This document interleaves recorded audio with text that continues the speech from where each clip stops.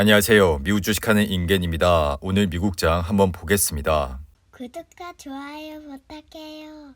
오늘 시장은 장전 중국에서 195조 원의 부양책을 발표하면서 3대 지수는 1% 이상 상승을 했습니다. 그리고 시장은 다음날 예정된 파워 의장의 잭슨홀 연설을 대기를 하고 있고 페드가 주시하고 있는 지표 중에 하나인 개인 소비 지출도 공개될 예정입니다. 우선 시장은 다가오는 9월 FOMC 회의에서 자이언트 스텝을 할 가능성이 64.5%로 점치고 있고 반면에 50bp 인상 가능성은 35% 선으로 떨어졌습니다. 만약 9월마저 자이언트 스텝이 이뤄지게 될 경우 미국의 금리는 3번 연속 75bp 금리 인상이 이뤄집니다. 그리고 페드 의원들은 이날 외신들과의 인터뷰에서 9월 회의 전까지 남은 지표들을 더 봐야 한다면서도 인플레이션을 억제하기 위해 추가 금리 인상을 이어가야 한다고 입을 모았는데요. 대표적 매파로 통하는 제임스 블러드 여는 총재는 이날 시장은 올바른 방향으로 가고 있다면서 물가를 2% 목표로 가자고 추가 긴축 행보를 강조했습니다. 그리고 대표적 비두기파인 라파엘 보스틱 애틀랜타 여는 총재는 아직 인플레이션 정점을 말하기 이르다면서 지표에 따라 자이언트 스텝 가능성도 있다고 언급을 했는데요. 더불어 에스더 조지 캔자스티 여는 총재 역시 지금은 여전히 인플레이션이 높다면서 아직 연준은 해야 할 것이 더 남았다고 밝혔습니다. 그리고 전날 장 마감 이후 엔비디아는 기대 이하의 실적 공개를 했음에도 불구하고 이날 4% 이상 상승을 했는데요. 엔비디아 차트를 보시며 이날 상승으로 아래 보이신 RSI는 51로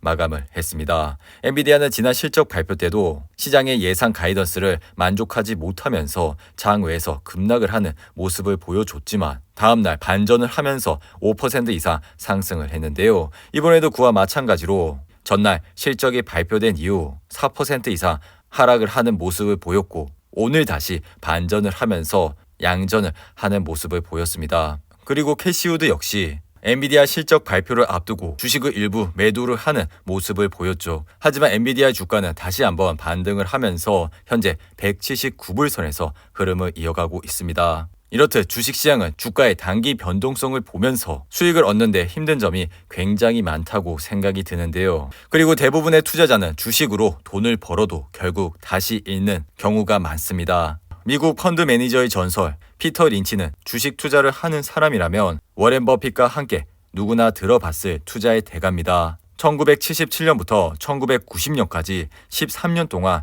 피터 린치의 마젤란 펀드는 연평균 29.2%의 수익률과 13년 동안 총 수익률이 2700%에 미친 듯한 수익률을 기록했습니다. 그리고 1987년 증시의 대폭락으로 전 세계가 공포에 벌벌 떨었을 때도 마이너스의 수익률은 없었고 그 해에도 플러스 수익률을 가져다 줬습니다. 그리고 피터 린치가 1990년 은퇴를 한 이후 마젤란 펀드에 가입한 고객들의 수익률 통계를 보았는데 결과는 고객들의 절반 이상이 손해를 봤다는 것입니다. 이러한 이유는 간단합니다.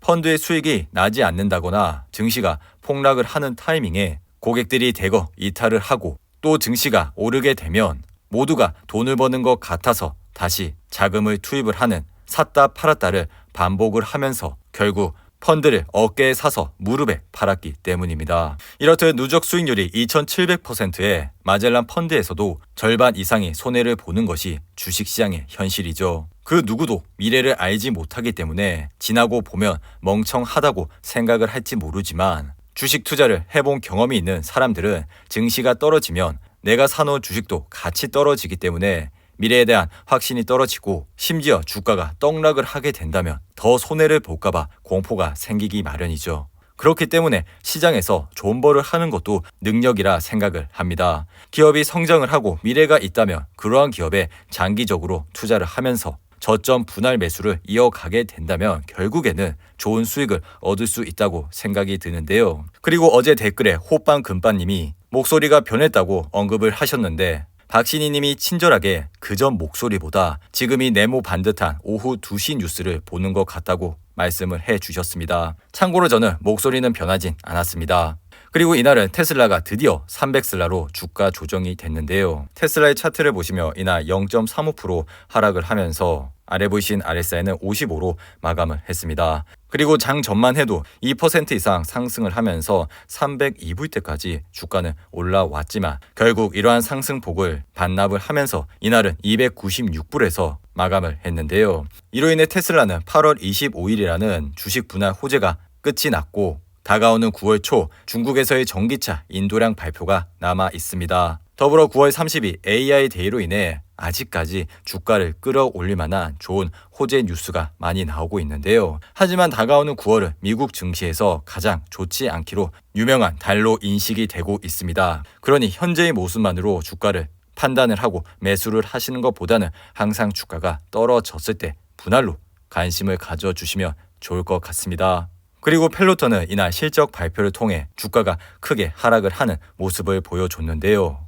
펠로톤의 차트를 보시면 전날만 해도 아마존에 운동기기를 팔 수 있다는 소식으로 20% 이상 상승을 했지만 오늘 다시 실적 발표로 18% 이상 하락을 하는 모습을 보여줬습니다. 어제 영상에서도 말씀을 드렸지만 펠로톤은 현재 순이익이 바탕이 되고 있지 않은 그러한 기업이기 때문에 현재는 이러한 기업에 투자를 하시는 것보다는 현금이 많고 기업의 성장이 우수한 그러한 우량한 기업에 집중적으로 관심을 가져주셔야 하는데요.